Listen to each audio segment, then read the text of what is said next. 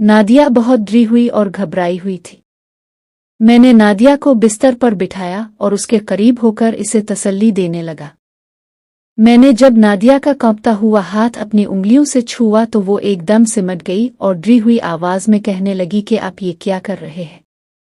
मैंने नादिया की आंखों में झांकते हुए कहा कि ये वही मोहब्बत और एतबार है जिसके बारे में मैं तुम्हें फोन पर घंटों बातें करके बताया करता था, और आज मैं तुम्हें अपनी इस सच्ची मोहब्बत का एहसास दिला रहा हूं। नादिया भी जज्बाती होने लगी। इसने मुझे मजबूती से अपने करीब कर लिया और सांस भरते हुए सरगोशी में कहा कि मुझे कभी मत छोड़ना, खास तौर पर आज की इस खामोश रात में।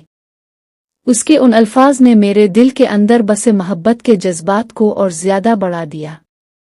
मैंने इसके बालों में हाथ फेरते हुए इसके कान के करीब आहिस्ता से कहा कि मैं तुम्हें छोड़कर कहाँ जा सकता हूँ नादिया, तुम तो अब मेरी जिंदगी और मेरी सांसों का हिस्सा बन चुकी हो। मैंने आहिस्ता से इसके हाथ थामे और उसके खौफ को दूर करने की कोशिश की। इसकी जिल्द मेरे हाथों के लम्स से कांप रही थी और खौफ अभी भी इसकी मासूम आंखों में साफ नजर आ रहा था, मगर इस खौफ के नीचे एक गहरी आस और उम्मीद भी छपी हुई थी। वो उम्मीद और लगाव जो कई महीनों की फोन कॉल्स, रात भर की लंबी बातों और अधूरे जज्बाती वादों ने हमारे दिलों में पैदा किया था। जब मैंने इसके माथे पर मोहब्बत भरा बोसा दिया तो नादिया के लबों से एक हल्की सी आह निकली और उसने जज्बात में आकर मेरी पीठ पर हाथ जमा दिए। मैंने इसके करीब होकर जब इसका हाल पूछा तो वो मेरे सीने से और ज्यादा करीब हो गई और कपकपाती हुई आवाज में बोली कि आपका लम्स मेरे दिल और रूह में उतर रहा है। मैंने मुस्कुराकर जवाब दिया कि और तुम्हारी ये कपकपाती हुई सांसें मेरे दिल की धड़कन बन रही है। इस वक्त कमरे में सिर्फ हमारी धड़कनों की आवाज थी और बाहर खिड़की पर गिरती हुई हल्की बारिश की बूंदें। मैंने इसे अपने दिल के और करीब कर लिया और जज्बाती लगाव इतना गहरा था कि महसूस हो रहा था जैसे वक्त वहीं थम गया हो। नादिया ने सुकून से अपनी आंखें बंद कर ली थीं और उसकी सांसें तेज हो चुकी थीं। मैंने इसका चेहरा अपने हाथों में लिया और उसके माथे और गालों पर प्यार किया। जब इसने जज्बाती होकर मेरा हाथ जोर से थमा तो मुझे लगा जैसे जिस्म में एक अजीब सी बेखुदी और बिजली का करंट दौड़ गया हो। इस रात हमने सिर्फ एक दूसरे को सच्चे दिल से कबूल नहीं किया था, बल्कि हमने कई महीनों की दूरी फोन पर की गई तमाम बातें, छुपे हुए जज्बात और वो तमाम खामोश वादे एक दूसरे की रूह में उतार दिए थे। नादिया कभी मेरे कंधे पर सर रख कर अपने जज्बात पर काबू पाने की कोशिश करती, कभी मेरे बालों में उंगलियां फेरती और कभी मेरी आंखों में आंखें डालकर इंतहाई मासूमियत से पूछती कि क्या तुम वाकई मुझसे इतनी सच्ची मोहब्बत करते हो। मैंने एक बार फिर उसके माथे को चूमा और सच्चे दिल से कहा कि मैं सिर्फ तुमसे मोहब्बत नहीं करता नादिया, बल्कि तुम तो मेरे लिए सांस की तरह जरूरी बन चुकी हो जिसके बगैर जीना मुमकिन नहीं। जब जज्बात का वो तूफान थमा और कमरे में सुकून छाया तो नादिया मेरे सीने पर सर रखे सुकून से लेटी हुई थी।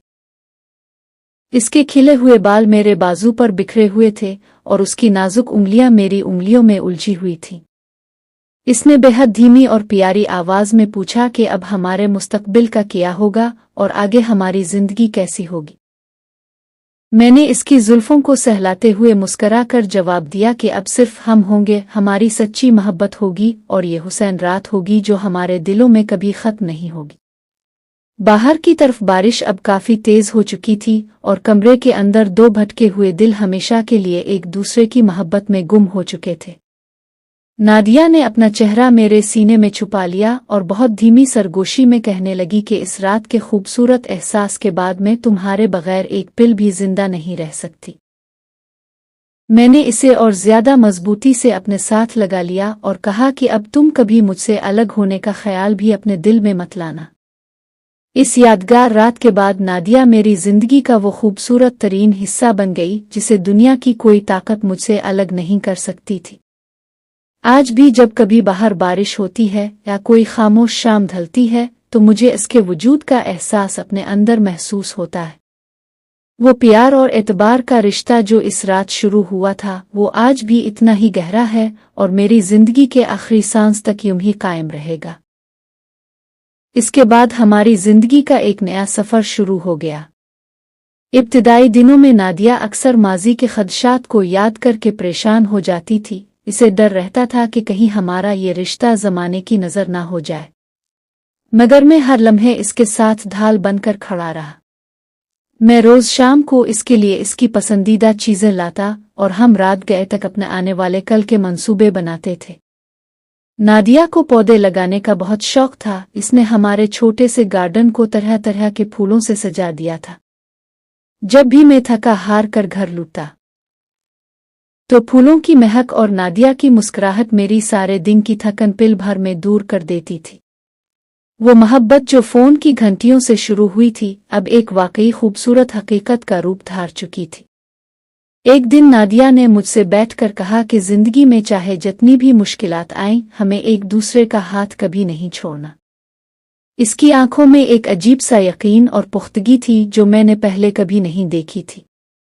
मैंने इसका हाथ थामते हुए वादा किया कि मौत के अलावा कोई चीज़ हमें अलग नहीं कर सकती। वक्त गुजरता गया और हमारे रिश्ते में मोहब्बत के साथ साथ एहतराम और दोस्ती का उनसर भी शामिल होता गया। अब हम सिर्फ एक दूसरे के शरकन हयात नहीं थे, बल्कि एक दूसरे के बेहतरीन दोस्त भी बन चुके थे, जो बगैर कहे एक दूसरे की हर बात और हर तकलीफ को महसूस कर लेते थे। आज भी जब मैं उसके चेहरे को देखता हूं तो मुझे वही पुरानी पहली रात का हया और मोहब्बत याद आ जाती है। वो शर्मिलापन, वो डर और फिर वो बेपनाह एतबार, ये सब कुछ मेरी जिंदगी का सबसे बड़ा असासा है। नादिया सिर्फ मेरी मोहब्बत नहीं बल्कि मेरी जिंदगी का हासिल है, और मैं खुदा का शुक्र अदा करता हूं कि इसने मुझे नादिया जैसी सच्ची और बावफा जीवन साथी से नवाजा। अगर आपको हमारी ये जज्बाती और सच्ची मोहब्बत की दास्तान पसंद आई हो तो वीडियो को लाइक करें, चैनल को सब्सक्राइब करें और अपनी राय का इजहार कमेंट्स में ज़रूर करें। शुक्रिया।